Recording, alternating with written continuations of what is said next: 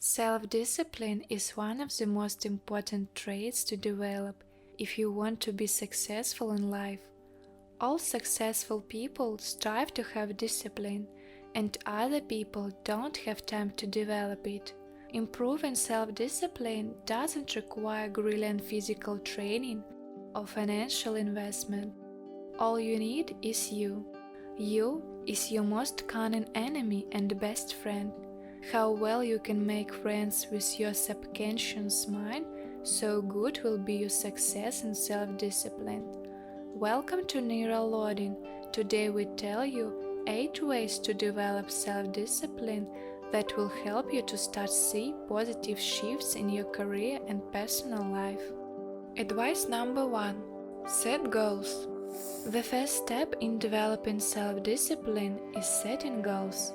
People who set concrete measurable goals are more likely to achieve them than those who set unattainable abstract goals. Your goals should be clearly defined and tied to your long-term vision of success. But goals aren't just effective in keeping you on track and motivated. They also give you a reason to work on yourself. If you have set goals, then all difficulties don't matter to you. You easily overcome them because you know what are you doing it for. Therefore, self-discipline motivates a person to move forward and achieve a goal independent of the obstacles that arise. Advice number 2. Start with small steps. If you want to develop good habits and self-discipline, it's a good idea to start with small steps. You can start practicing on your daily tasks. For example, you can get up at the first bell, exercising every day, not being late for meetings, or reading 20 pages of book every evening. These rules should be small but comfortable for you. You can't break them, because you're practicing discipline. When you have mastered these small steps, you can move on to more serious things. There aren't shortcuts in building self-discipline and habits. They have to be practiced every day with daily actions that will eventually become automatic behavior. Sometimes we may feel that our steps are too small and too slow, but remember, our whole long way is made of small steps like this. Advice number 3. Check your progress. When you are developing self-discipline, it's always tempting to jump into new habits without confirming previous experiences. But if your goals are serious, you need to monitor your intermediate progress. There are many options, various apps, or even a simple spreadsheet. They all have one thing in common. They require some form of daily tracking or journaling. This will promote positive change because you will have a report which help you to look back and estimate your progress. If you don't keep a log of your activity and progress, you won't know what you have accomplished and you won't see your results. This can have a negative impact on your existing success and can set you up for failure. Advice number 4. Use rewards. It is very important to reward yourself for any small victories, in order not to lose the motivation to develop self-discipline. Use a system of rewards that will stimulate you to achieve your goals. You can celebrate a minimally significant accomplishment. Lasted a week without sweets, allow yourself to eat a cake and a cozy coffee. Regularly go for a run for a half month. Gather your friends and go to the movie.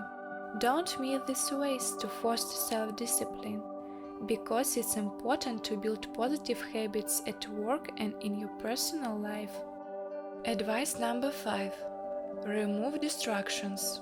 Self-discipline is the ability to sacrifice short-term pleasure for long-term gain. For example, don't sleep an hour longer in the morning, but get up for a run. Or don't watch another episode of series, but take an English class. Make it a rule not to use social media until the work is done. The key to success is that any strategies you use to deal with distractions shouldn't require tremendous willpower and should be simple. Advice number 6. Accept failures as a learning experience. If you blame yourself for not achieving your goals, you won't achieve anything, but you can learn something useful from these failures.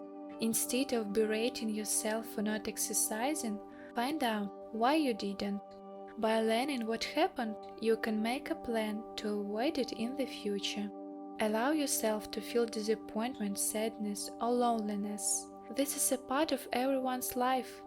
This approach will allow you to get through difficult moments more easily and move on. Forgive yourself for mistakes, imperfections, and omissions. Advice number 7. Don't look for the easy way. Be ready for the fact that self-discipline is when you don't get momentary comfort.